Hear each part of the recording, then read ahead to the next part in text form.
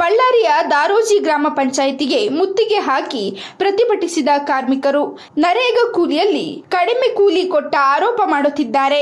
ಸರ್ಕಾರ ಪ್ರತಿಯೊಬ್ಬ ಕಾರ್ಮಿಕರಿಗೂ 370 ರೂಪಾಯಿ ನಿಗದಿಪಡಿಸಿದೆ. ಆದ್ರೆ ಸಮರ್ಪಕವಾಗಿ ಕೆಲಸ ಮಾಡಿದ್ರು ಕಡಿಮೆ ಕೂಲಿ ಹಣ ಕೊಡ್ತಿದ್ದಾರೆ. ಮೆಜರ್ಮೆಂಟ್ ಮಾಡದೆ ಕೂಲಿ ನಿಗದಿ ಮಾಡ್ತಿದ್ದು ದುರುದ್ದೇಶದಿಂದ ಈ ರೀತಿ ಮಾಡ್ತಿದ್ದಾರೆ ಎಂದು ಕಾರ್ಮಿಕರು ಆಕ್ರೋಶ ಹೊರಹಾಕಿದ್ದಾರೆ. ಹೊರಗಡೆ ಕೆಲಸಕ್ಕೆ ಹೋದ್ರೆ ದಿನಕ್ಕೆ 500 ರಿಂದ 600 ರು ಕೂಲಿ ಕೊಡ್ತಾರೆ. ಸರ್ಕಾರದ ಕೆಲಸ ಊರಲ್ಲೇ ಇದೆ ಎಂದು ಕೆಲಸ ಮಾಡ್ತಿದ್ದೇವೆ, ಆದ್ರೆ ನಮಗೆ ನಿಗದಿಪಡಿಸಿದಷ್ಟು ಕೆಲಸ ಮಾಡಿಲ್ಲ ಎಂದು 120 ರಿಂದ 170 ರೂಪಾಯಿನಷ್ಟು ಕೂಲಿ ಕೊಡ್ತಿದ್ದಾರೆ.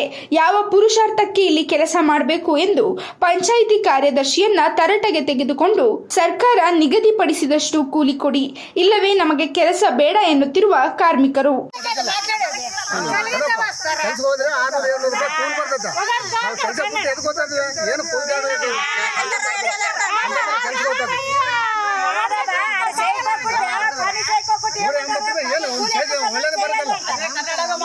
ಕೆಲಸ ಮಾಡ್ರೆ ಕೂಲಿ ಬೀಳ್ತೈತೆ ಮಾತಾಡ